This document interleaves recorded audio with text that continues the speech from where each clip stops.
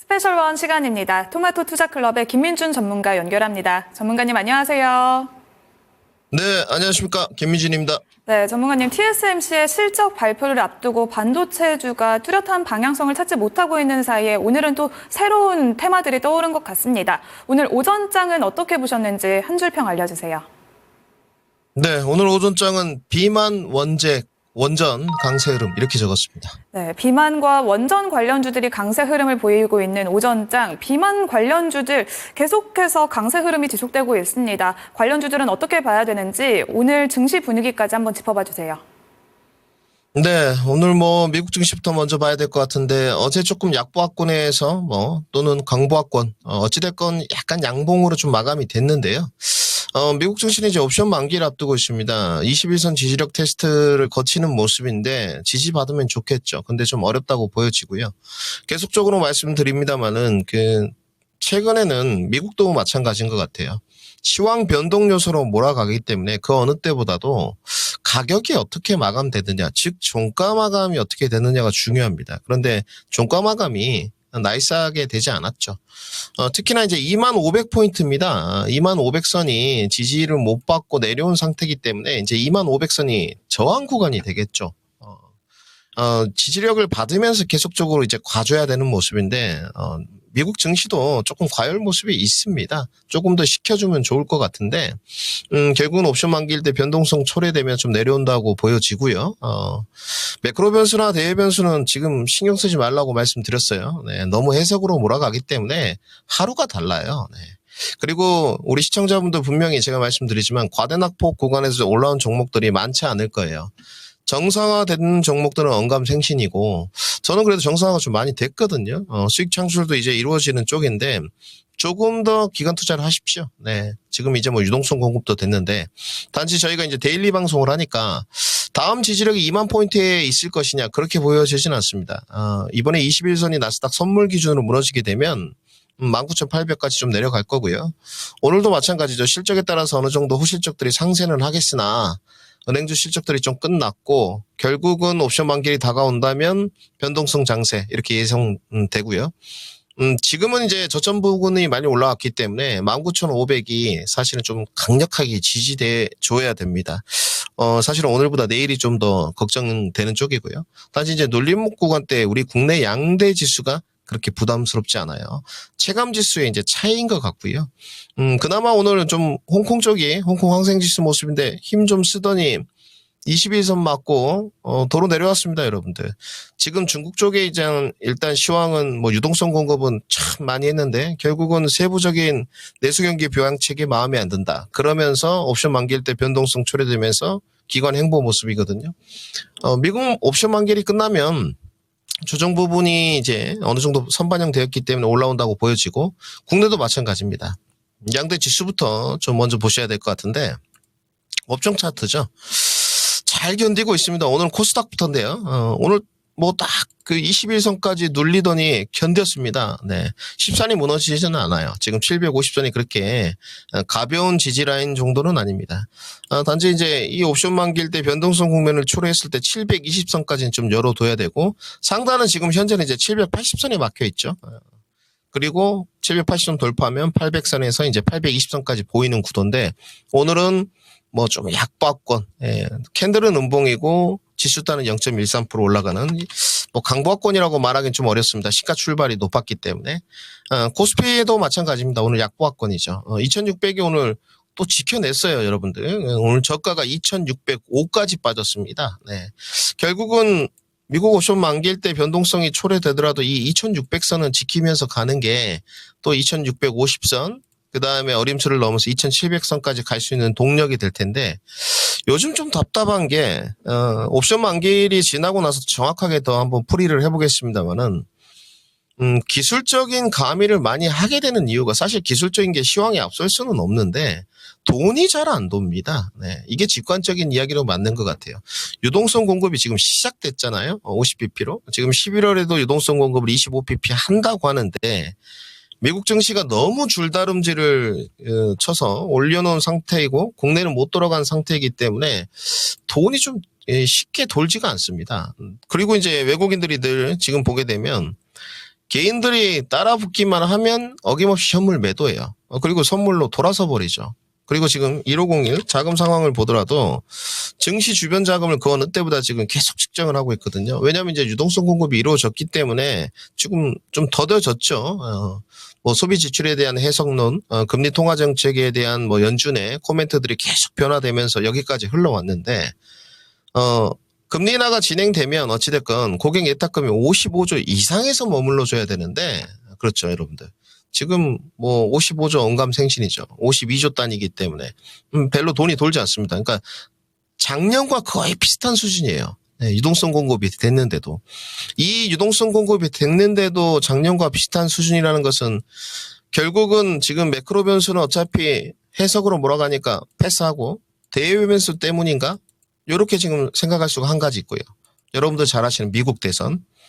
두 번째는 이제 뭐 옵션 만기일, 매크로 변수라면 옵션 만기일도 매크로 변수죠. 별로 중요하지 않는데, 요즘에 그 한국 증시와 국내 증시 옵션 만기일 때 변동성이 너무 많아서 조금 보셔야 될 것 같고, 이러한 부분 때문에 지금 예탁금이 유동성 공급이 됐는데도 풍부하게 들어오지 않나, 결국은 이제 옵션 만기일 끝나고 좀 봐야 되겠죠. 저는 미대선 전까지는 좀 제한적이라고 보여져요. 네. 아무래도 선거 결과를 예단할 수 없기 때문에 지금 미국은 선거구 제도가 틀리지 않습니까? 한 표만 이겨도 다 가져가니까 이런 부분들이 좀 변수가 될 수 있어요. 단지 이제 시장에 이런 부분도 일정 부분 선반영 되어가고 있습니다. 주가는 늘 시간이 흐를수록 선반영 되어가는 쪽. 지금은 코스피를 2550선까지 안정적으로 좀 열어두시는 게 좋을 것 같습니다. 옵션 만기일 때 변동성 초래되면 뭐 이 정도 올라갔다가 내려오는 거는 뭐 기술적으로 누구나 볼 수 있는 자리이기 때문에 이 정도까지 평이하게 좀 열어두시고, 결국은 뭐 2차 전지가 됐든 반도체가 됐든 지금 낙폭과대가 나왔고, 조금 뭐 빌빌거리고 있습니다만은 겁먹지 마셔라. 올라갑니다. 네. 늘 주식은 피보나치 되돌림이라는 게 있어요. 이따 자세하게 상세하게 분석을 해드릴 텐데 오늘 2차 전지 준비를 못해서 한 코멘트 좀 드리고 간다면 주가 오를 겁니다. 너무 걱정 안 하셔도 된다까지 정리해드리고, 단지 지금 이 옵션 만기를 이용해서 여러분들 또 역발상을 좀 하셔야 됩니다. 매매하시는 분들.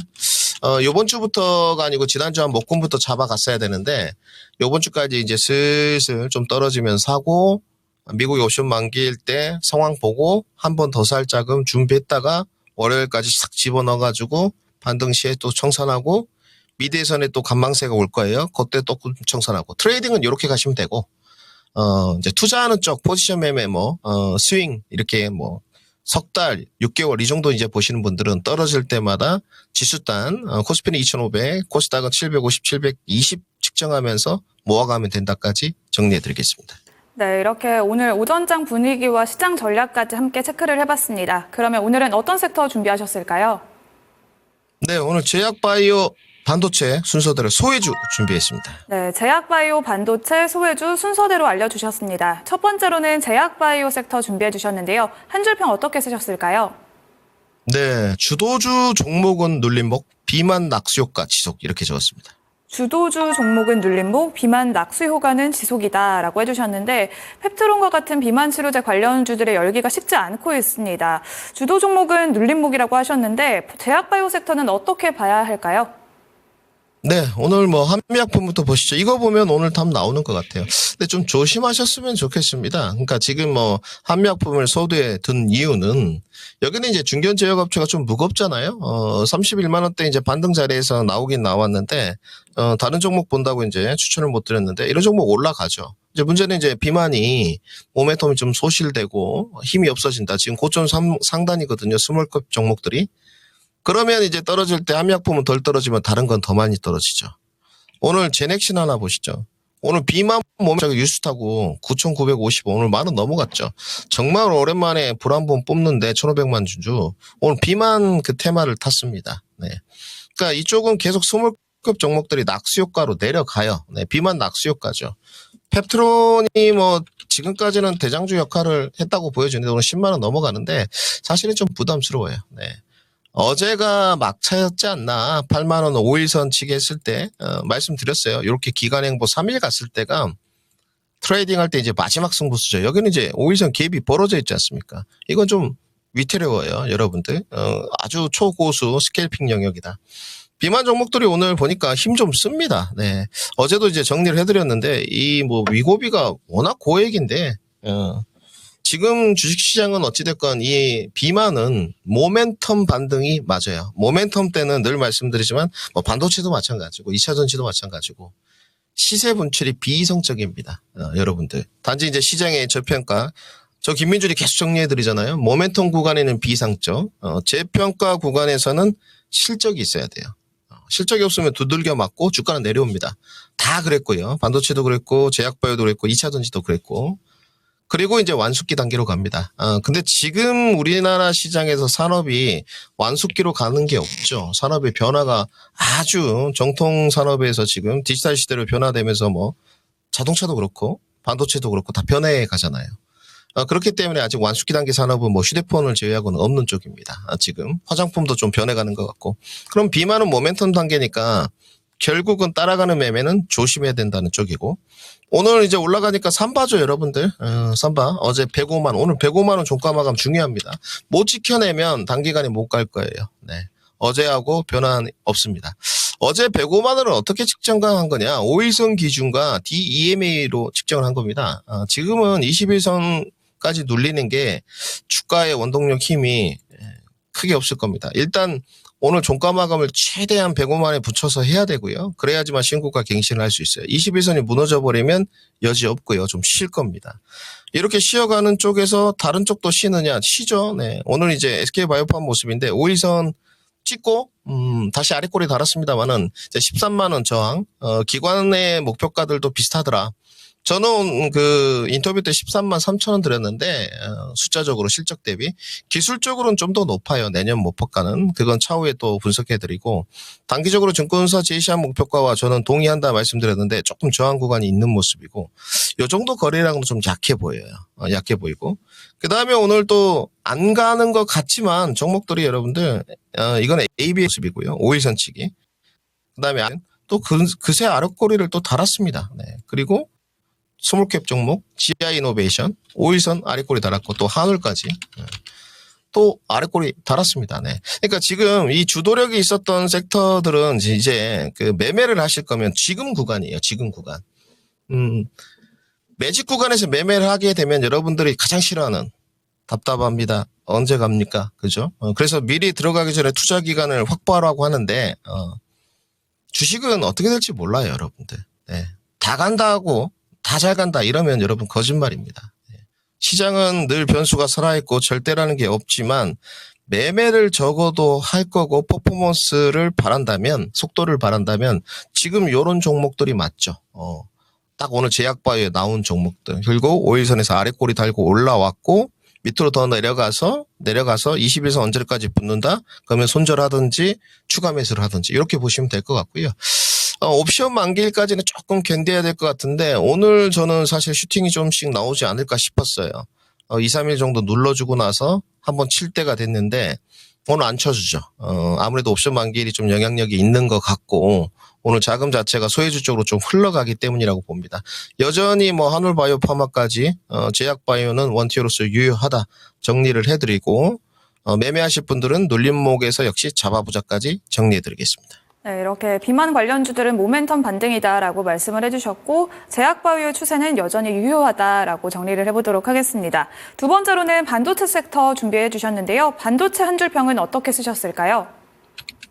네, 뭐 종목군 장세와 SK하이닉스 밸류체인 강세 이렇게 적었습니다.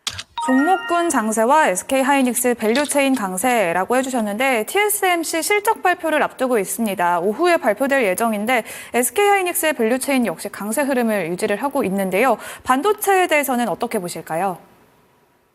네, 저는 뭐 그 객관적으로 보려고 하는데 내년 시장의 반도체는 나쁘지 않다고 보고 있고 AI는 계속적으로 진행형이라고 봅니다. 그러니까 반도체를 딥하게 분석 이야기를 해드리면 끝도 없어요, 여러분들. 근데 저는 이제 반도체 전문가가 아니고 이제 주식 전문가이기 때문에 다양한 뷰를 제공드리려고 하는데 사실 반도체 공부는 굉장히 많이 하고 있습니다. 좀 어렵고요. 네. 이런 반도체들은 여러분들 차트리스트 기술적으로 많이 보는데 그렇지 않아요. 네, 그렇지 않고 내년에 최대어들이 정말로 많습니다. 윈도우 온 뭐 ARM도 있고요. 애플 인텔리전스도 있고 내년 시장에 뭐 간략하게만 좀 말씀드리면 시황적으로 온디바이스 AI도 다시 한번 부각될 거고 그 다음에 최근에 이제 하고 있는 여러분들 모르시겠지만 지금 퀄컴 쪽의 스냅드래곤 이런 부분들이 온디바이스 AI와 붙어서 진행되고 있는 형태입니다.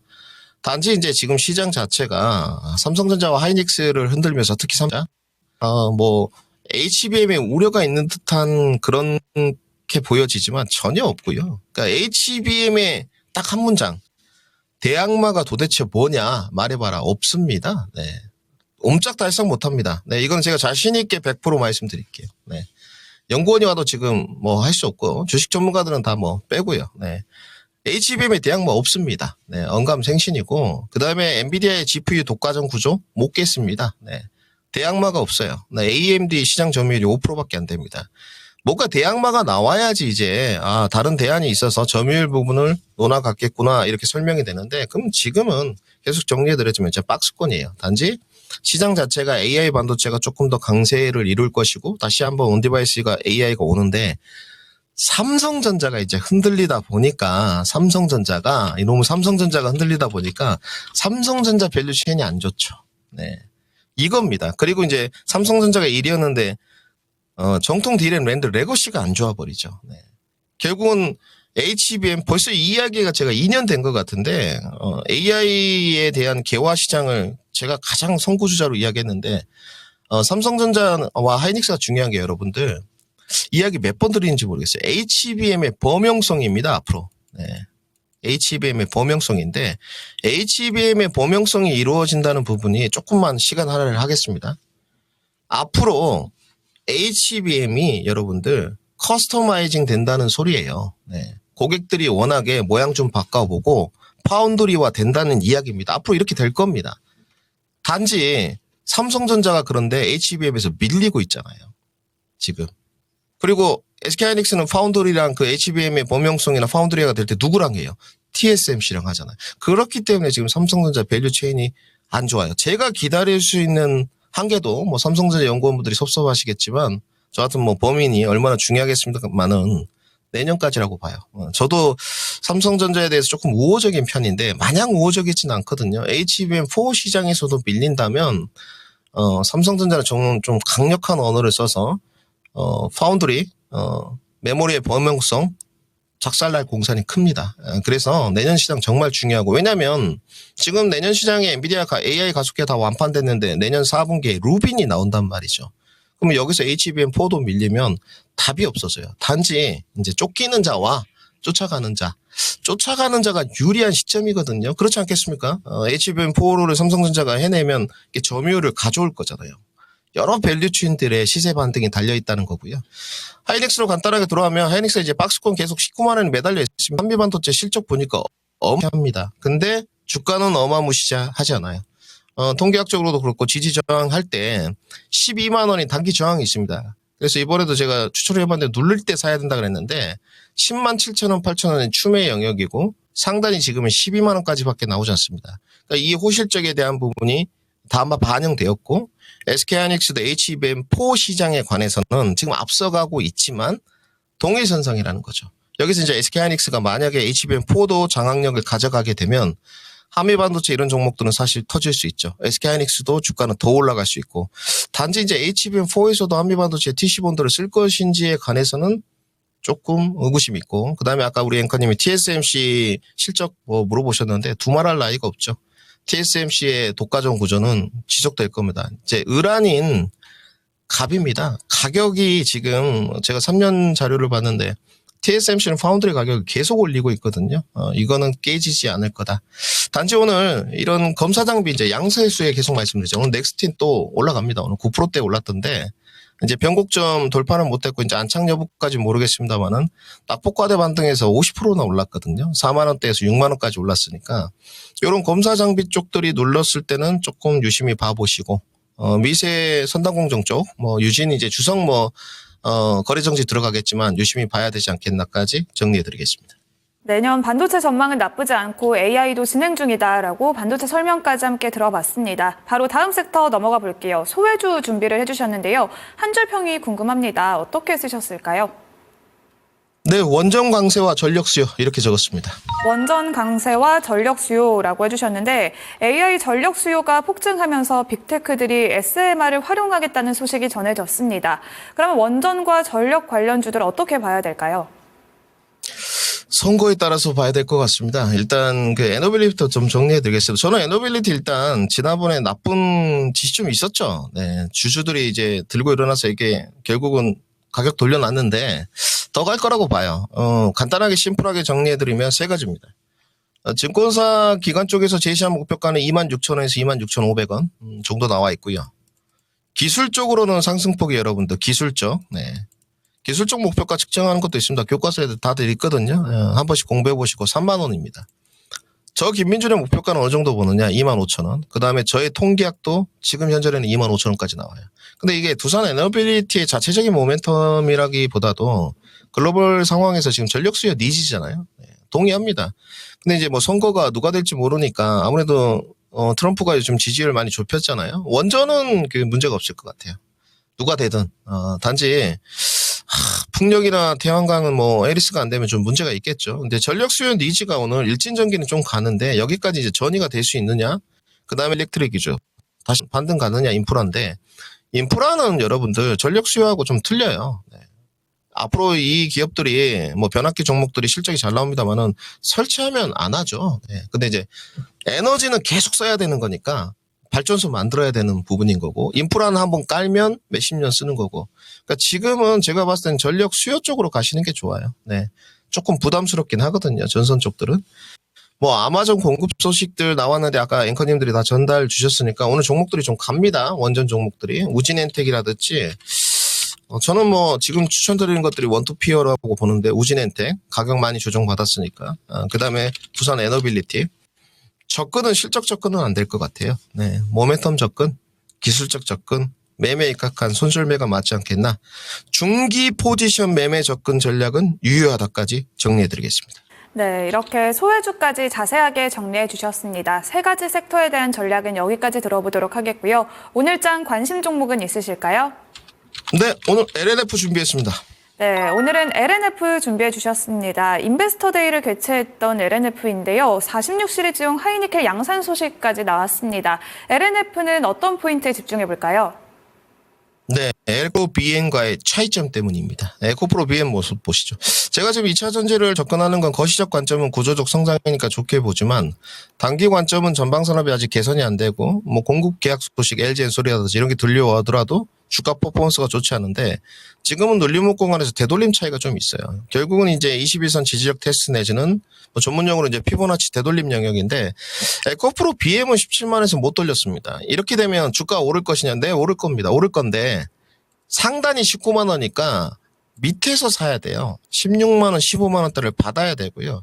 16만 5천 원 지지력 테스트를 들어갈 건데 LLF는 좀 틀려요. 네, 21선 지지력 테스트를 어떻게 좀 이겨내는 모습이고요. 10만 원 종가 기준으로 손절가가 안 찍혔기 때문에 조금 더 되돌림이 가더라도 12만 원까지 더 빠르게 갈 것이다. 이렇게 보여지면 되고 그 다음에 이제 12만 원을 넘어서면 13만 원까지 강한 거래량 거래대금이 동반되면 한 14까지 이렇게 가는 거죠. 전방산업과는 좀 무관할 겁니다.